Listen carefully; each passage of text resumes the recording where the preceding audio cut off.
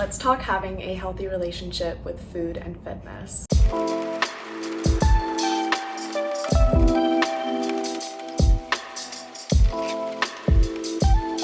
I'm currently visiting my friend in New York, and I thought this would be a perfect time to talk about how I try to maintain a healthy relationship with food and fitness, especially now that I'm like enjoying summer, I'm on vacation. I just try to not overthink things and just enjoy my time. So the first thing that really helps me is realizing you never need to burn off any food that you eat. I feel like there's two things wrong with it. First off, it implies that certain foods are bad. And second of all, it kind of frames working out as like a punishment for eating something, or it puts fitness as a punishment rather than something you can enjoy. And with that said, food will never take away your progress. Yes, what you eat matters, but you're never gonna like slow your progress by having a day where you feel like you ate bad or you eat differently than normal. And the reason I put bad in quotation marks is because I really believe healthy is very ambiguous. The term healthy is just so confusing and it's so different for everyone. So just because you ate something that diet culture deems as bad, like fast food, sugar,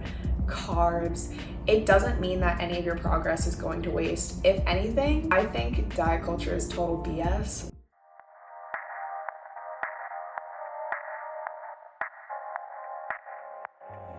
You should have seen the way that you bloom.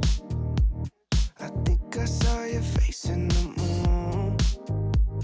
I promise I'll be with you as soon as I find a way up.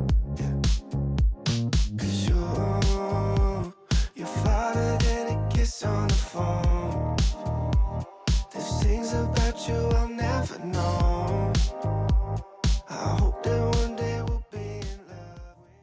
Second of all, I had to realize for myself that exercising doesn't necessarily always have to mean going to the gym. I think when I was younger, I had it in my head that if I wasn't running or if I wasn't lifting weights or going to the gym, then I wasn't going to be fit enough or I wasn't doing enough. But the reality is you can be a very active person without even going to the gym. You know, if you're playing sports, if you're riding a bike, if you're walking every day, even just dancing in your living room for fun. I really think we put so much pressure on movement and on fitness that you really can do anything that you enjoy and it'll be physical activity. Like Zumba, for example, is legitimately just dancing. So I've just learned for myself, like I work out in ways that feel good for me and in ways that are fun. So just have fun with it. Thirdly, setting strength goals are so much more fulfilling than setting physical appearance goals. Because the reality is, even people who have very successful weight loss stories can still struggle with very severe body dysmorphia. And I mean, I think it's normal to have days where, you know, you feel bad about yourself or you're picking on yourself. But whenever you're having that day, like just remember a lot of it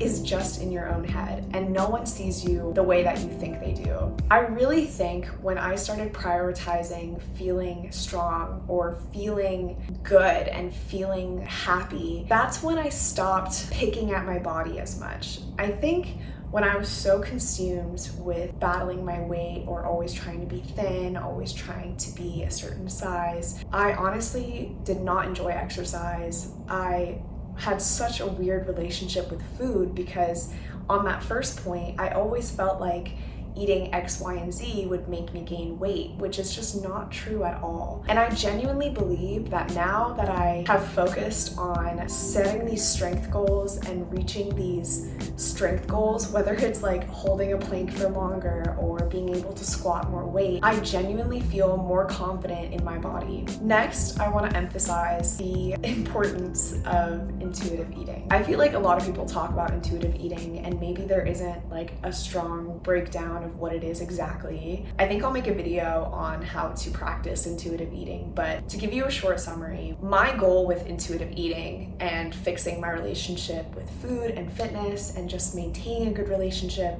was to honestly transport my mind back to being a kid or feeling like a kid. When I would wake up in the morning as a kid, I would think, okay, what am I in the mood for? Oh, toast with peanut butter and jam sounds pretty good right now. You'll just make it and eat it. It was almost like if you just wake up in the morning and you feel hunger, what are you hungry for? Are you hungry for eggs? Okay, go eat eggs. Are you hungry for a donut? Okay, go eat a donut. It's almost like taking away the power or control that food can have over you and just simply like existing and simply enjoying food. I really believe just allowing myself to eat when I want or what I want when I want has really just solidified the idea that there are no bad foods and that I can really enjoy anything in moderation. Another thing too with intuitive eating, and I will talk about this more in another video, but when you allow yourself to eat anything you want, whenever you want, if you intuitively are like, okay, I want to have ice cream every single night for a week,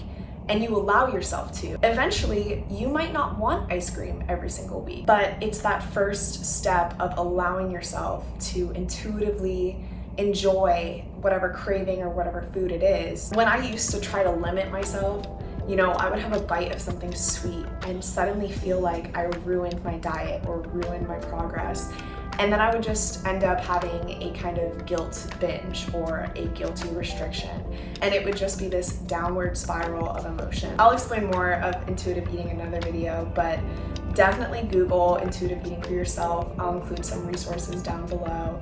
But I think it's a great place to start if you're trying to improve your relationship with your body, improve your relationship with food. With intuitive eating, your body will eventually just tell you what it needs and what it's craving. Lastly, and this one might come as a surprise, but a big belief of mine is that honestly, food is one of life's simple pleasures. I don't want to die not having lived and enjoyed food or not allowed myself to indulge, as people say, or allow myself to enjoy, you know, literally life's pleasures. Like, if you categorize the best parts of life, food's gonna be on that list.